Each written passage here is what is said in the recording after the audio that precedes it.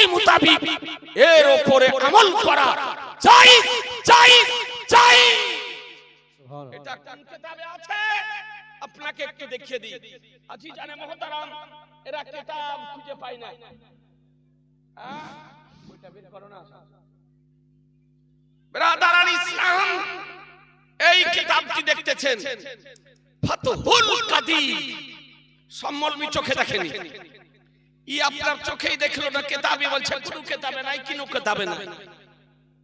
আজ কয়েকদিন পূর্বে আপনার একটি কিতাবের জন্য লাইব্রেরিতে ফোন করালাম, মাদ্রাসার লাইব্রেরিতে রাখার জন্য। কিতাবটির নাম হলো তারিখে দামেস্ক ইবনে আসাকির। তা আমি ভাবলাম যে কিতাবটির দাম হয়তো 20-25 হাজার টাকা হয়তো হবে। তো আপনার লাইব্রেরিতে রাখার জন্য ফোন করিয়ে আপনার জানতে পারলাম যে বইটির দাম হচ্ছে 1,25,000। 1,25,000 দাম একটা বইয়ের দাম। তো মাদ্রাসার লাইব্রেরির জন্য বলছেন যে যদি নেন তবে কমিশন করে দিয়ে 75 থেকে 80 হাজার টাকার মধ্যে দিতে পারি। 75 থেকে 80 হাজার টাকা একটা বইয়ের দাম, 80 খণ্ডে বিভক্ত। আর ই কানার দল, অনভিজ্ঞর দল, তার কাটার দল, পাগলের দল বলতেছে কোনো হাদিসে নাই, কোনো হাদিসে নাই। অথচ হাদিস চোখে দেখেনি মুসলমান। দেখুন ফাতহুল কাদির, পিওর আরবি। কেউ যদি দেখতে জানেন তো এসে দেখুন। ব্রাদারান ইসলাম, এই বয়সে কষ্ট করে বই নিয়ে আপনার ঘুরে বেড়াতে হচ্ছে কেন? যে বক্তব্য রেখে চলে যাচ্ছি তখন বলছে জি যা বলে গেল কোনো কিতাবে নাই। চায়ের দোকানে বলছে যে কোনো কিতাবে নাই।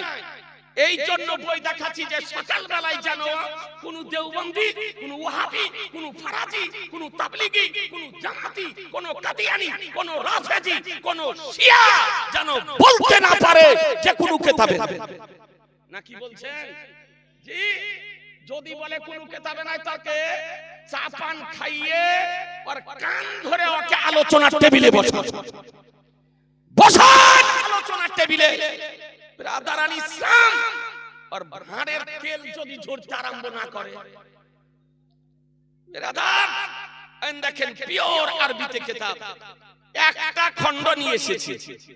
একটা খণ্ড লেবানন বাইরুতের প্রিন্ট। এর প্রথম খণ্ডের 358 পৃষ্ঠাতে লিখতেছে, কি লিখতেছে? ফাযাইফু গায়রুল মাওযুয়ে ইউমালু বিহি ফিল ফাদাইলিল আমাল। জয়ীফ হাদিস, দুর্বল হাদিস যদি মাওযু না হয়, মন করা যদি না হয়, তবে তার উপরে ফাজাইলে আমল করা, আপনার আমল করা যায়, তার উপর আমল করা যাবে, ফাজাইলে আমলে আমল করা যাবে।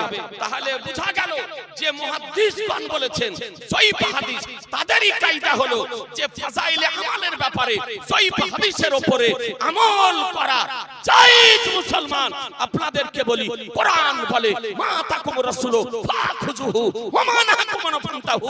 রাসূল যা প্রদান করেন তা গ্রহণ করে নাও, তিনি যা বারণ করেন তা থেকে বিরত থাকো। ব্রাদারান ইসলাম, আচ্ছা এই শবে বারাতে রাত্রিতে আপনারা কবর জিয়ারত করেন? কথা বলছেন না যে করেন না? তো বলছে বেদাত, ই দাঁতওয়ালা বেদাতের মধ্যে ডুবে আছে, টুটি চরুস হয়ে বেদাতের মধ্যে ডুবে আছে। গোডাউনে বেদাতের লট ই ব্যয় করার জায়গা পায় না, তাই আমাদের উপর অপব্যবহার করে। একটু ভালো করে শুনুন এ ব্রাদার। আচ্ছা কবর জিয়ারত শবে বারাতে রাত্রিতে করা যাবে না যাবে না? হাদিস শরীফ এ সম্পর্কে আছে না নাই? ভালো করে শুনেন এ ব্রাদারান ইসলাম, আপনাদেরকে অনুরোধ করি দেখুন এই ইবনে মাজাহ শরীফ, এই ইবনে মাজাহ 272 পৃষ্ঠায় 1389 নম্বর হাদিস, 1389 নম্বর হাদিস। হাদিসের দিকে লক্ষ্য করুন। আন আয়েশাতা ক্বালাত ফাকাতু নবী সাল্লাল্লাহু আলাইহি সাল্লাম যাতা লাইলাতিন ফাকারাতু আতলুবুহু ফাইদা হুয়া বিল বাকি রাফিউন রাসাহু ইলা সামাই ফাকালা ইয়া আয়েশাতু আকুনতা তাখাফিনা আন ইয়াহিফাল্লাহু আলাইকি ওয়া রাসূলুহু ক্বালাত ক্বাদ কুলতু ওয়া মা বি যালিকা ওয়ালাকিন্নী জানানতু আন্নাকা আতাইতা বাদা নিসাইকা ফাকালা ইন্নাল্লাহা তাআলা ইয়ানজিলু লাইলাতান নিসফি মিন শাবানা ইলা সামাই দুনিয়া ফায়াগফিরু লি আকসার মিন আদাদি শারি গানামে কলবি। সুবহানাল্লাহ বলেন। সুবহানাল্লাহ। সুবহানাল্লাহ। আজিজানে মুহতারাম, আপনাদেরকে বলতে চাই যে হাদিসটির রাবী হযরত আয়েশা। আচ্ছা, প্রশ্নের উত্তর দিচ্ছি বাপু, একটু ক্লিয়ার করে দিই, কারণ সামনে আগত আমাদের শবে বারাত ব্রাদার। তো মা আয়েশা রাদিয়াল্লাহু তাআলা আনহা তিনি হাদিস শরীফ বর্ণনা করেন। তিনি বলেন যে একদা রাত্রিতে আমি নবীকে পেলাম না। মায়েশা সিদ্দিকা রাদিয়াল্লাহু তাআলার বিছানায় আমার নবী ছিলেন, গৃহে আমার নবী আরাম করতেছিলেন। গভীর রাত্রিতে নবী মায়েশাকে বিছানায় রেখে দিয়ে তিনি উঠে গিয়েছেন।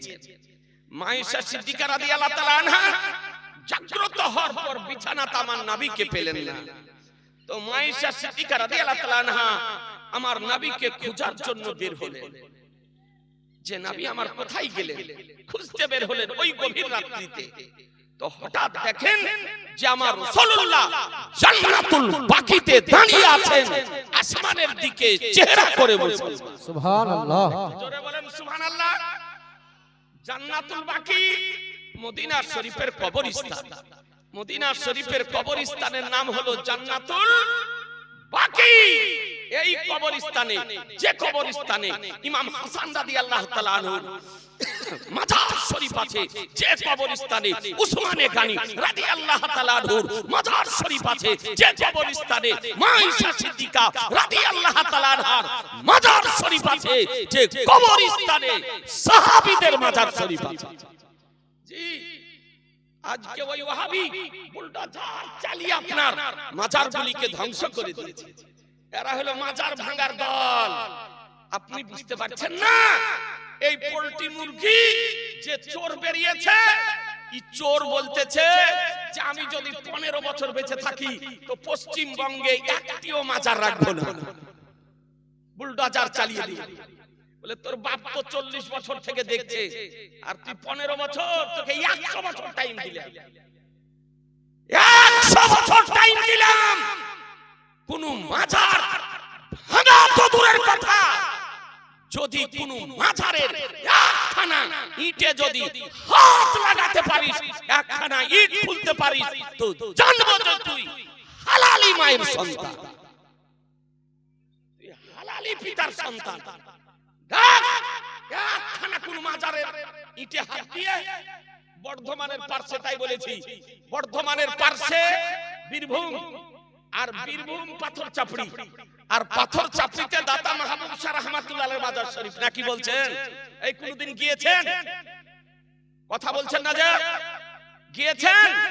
আমি বলেছি যে অন্যান্য ডিস্ট্রিক্টের মাজারগুলি ভাঙা দূরের কথা, বর্ধমান সংলগ্ন পাথর চাপড়ি দাতা মাহবুব শাহ রাহমাতুল্লাহ আলাইহির মাজারের ইটে নয়, যদি প্রাচীরের একখানা ইট যদি ভাঙতে যদি পারো তো ভেঙে দেখাও, তোমার পাঁজরের বাতা যদি ঠিক থাকে, তোমার পাঁজরের বাতা যদি সোজা না হয়ে যায়। নাকি বলছেন? ওকে, জুতো দিয়ে ওর অতিথি আপ্যায়ন করবে, কাঁচা বাতা দিয়ে ওর অতিথি আপ্যায়ন করবে। জি, কাঁচা কঞ্চি দিয়ে ওকে আপনার অতিথি আপ্যায়ন করবে। এবার আতার ইসলাম আপনাদেরকে বলি যে যেমন আখ পেড়ানো মেশিনে আঁকা বাঁকা আখ যেমন সোজা হয়ে যায়, একখানা ইটে দিকে হাত দিলে ওর আপনার পাঁজরের পাতাকে সোজা করে দিবে। বলছে একটা মাজার রাখবো না বেরাদার, এ হচ্ছে পোল্ট্রি মুরগি। আপনি দেখুন এ বেরাদার আল ইসলাম, নবী আমার জান্নাতুল বাকিতে মস্তক আসমানের দিকে উঠিয়ে দাঁড়িয়ে আছেন। তো নবী সাল্লাল্লাহু আলাইহি সাল্লাম বলেন, হে আয়েশা, তুমি কি ভয় করতেছো যে আল্লাহ ও তার রাসূল তোমার উপরে জুলুম করেছে? তিনি বলেন, না ইয়া রাসূলুল্লাহ, তবে আমি ধারণা করেছি যে নিশ্চয় আপনি নিজ কোন বিবির নিকটে তাশরীফ নিয়ে গিয়েছেন, নিয়ে এসেছেন। ইয়া রাসূলুল্লাহ, আমার ধারণা এটা না যে আপনি আমার উপরে জুলুম করেছেন, আমার ধারণা যে আপনি কোন বিবির গৃহে তাশরীফ নিয়ে গিয়েছেন, এটাই আমার ধারণা। তো আমার রাসূলুল্লাহ সাল্লাল্লাহু আলাইহি সাল্লাম বলেন, আয়েশা শোনো, নিশ্চয় আল্লাহ তাআলা নিসফে সাবানের রাত্রিতে আসমানে দুনিয়াতে রহমতের দৃষ্টি পাত করেন এবং বানু কালব গোত্রের বকরীর পশমের চেয়েও বেশি বান্দাকে ক্ষমা করে থাকেন মুসলমান। সুবহানাল্লাহ, জোরে বলেন সুবহানাল্লাহ। অর্থাৎ বানু কালবের গোত্রের বকরীর ছাগলের শরীরে যে পশম ছিল সেই পশমের চেয়েও বেশি উম্মতকে, নবী আমার বলেন, আমার উম্মতকে আল্লাহ তার বান্দাকে ক্ষমা করে থাকেন। এই হাদিস থেকে দুটি মাসলা প্রমাণিত হয় যে এই রাত্রিতে আল্লাহ বান্দাকে ক্ষমা করেন এবং এই রাত্রিতে কবরস্থান যাওয়া নবীর সুন্নাত, নবীর সুন্নাত, নবীর সুন্নাত। তাহলে কবর জিয়ারতে যাওয়া সুন্নাত না বেদাত? জোরে বলেন, সুন্নাত না বেদাত? সুন্নাত। আর না যাওয়া বেদাত।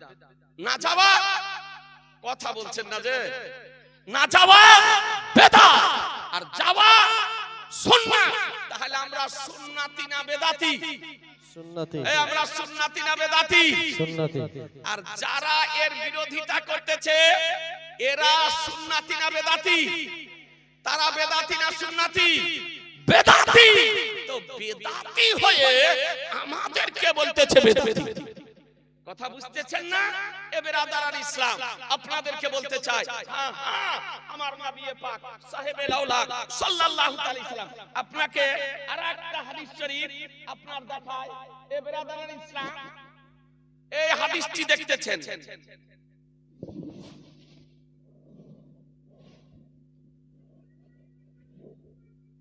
এই হাদিসটি দেখতেছেন, এর নাম হলো শুআবুল ঈমান।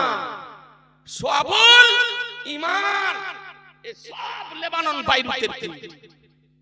আলহামদুলিল্লাহ, আপনি যদি লাইব্রেরি দেখবো মনে করেন মাদ্রাসার আগামী 25শে ফেব্রুয়ারি মাদ্রাসার বাৎসরিক জালসা আছে, বেরেলি শরীফ আমার আলা হযরত আজিবুল বরকাত মুজাদ্দিদে দিনুমিল্লাহ আকাই নিয়ামত তারিয়ায়ে রহমত সিরাজুল উম্মাত মাকসানুল হিকমত ইমাম ইশক মুহাব্বত ইমাম আহলে সুন্নাত ইমাম আহমদ রাজার প্রতিষ্ঠিত মাদ্রাসা মানজারে ইসলাম আরাবিক ইউনিভার্সিটির দারুল ইফতার প্রধান মুফতি বেরেলি শরীফ থেকে তাশরীফ নিয়ে আসছে। যদি কেউ যাব মনে করেন, আমার হাফিজ হাফিজ আরশাদ আমাদের ছাত্র নসিপুরের, এ বেরাদার আপনি যায়েন, দেখে আসবেন সাইয়্যিদ জাদা আমার নবী বংশের চেহারা কেমন হয়, আর তারপরে আমার হুজুর তাজুস শরিয়া আলাইহির রহমার খলিফা। বেরাদার আল ইসলাম,